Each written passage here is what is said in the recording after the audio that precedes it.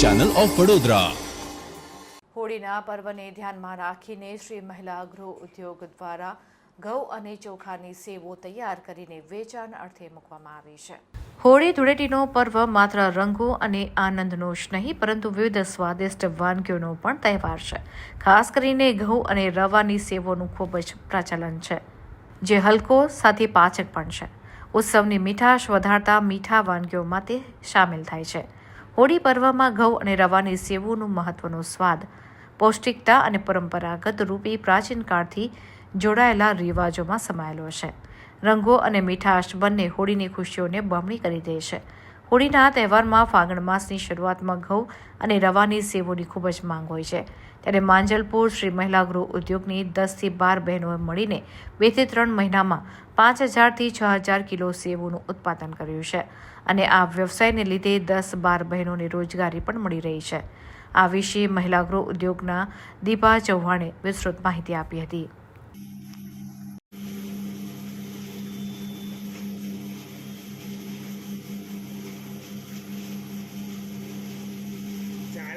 पानी रखो।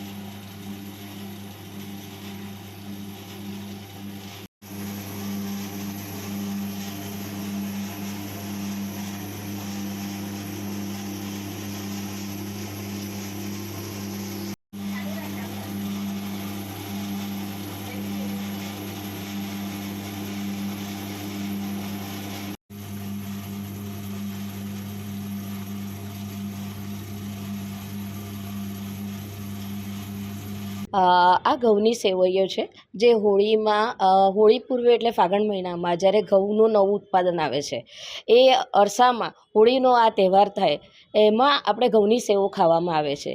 આજે આપણી ઘઉંની વિશિષ્ટતા એ છે કે આખી છુટ્ટી ઉતરતી હોવાથી એને વધારે બજારમાં ડિમાન્ડ છે। આજે 3-4 મહિનામાં આપણે એનું ઉત્પાદન ચાલુ કરીએ છીએ અને 10 થી 12 મહિલાઓને લઈને આ શ્રી મહિલા ગૃહ ઉદ્યોગ તરીકે માંજલપુર વડોદરા ખાતે આપણે 5 થી 6000 કિલોનું ઉત્પાદન કરીએ છીએ।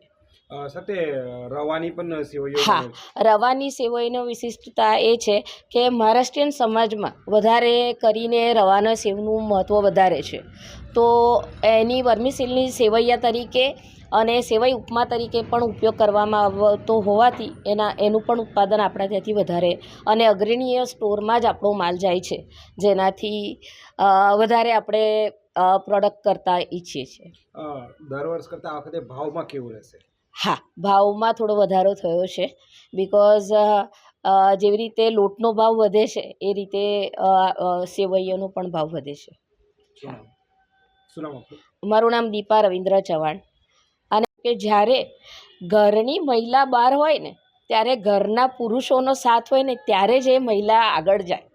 એ જ રીતે કહેવામાં આવે છે મહિલા સશક્તિકરણ, કે હરેક પુરુષની પાછળ મહિલાઓનો હાથ છે, એવી રીતે આજે મારા ઘરના સભ્યોનો પણ હાથ મારી પાછળ હોવાથી હું મારા આ સેવના પ્રોડક્ટને વધારે ને વધારે હું બહાર આપી શકી છું।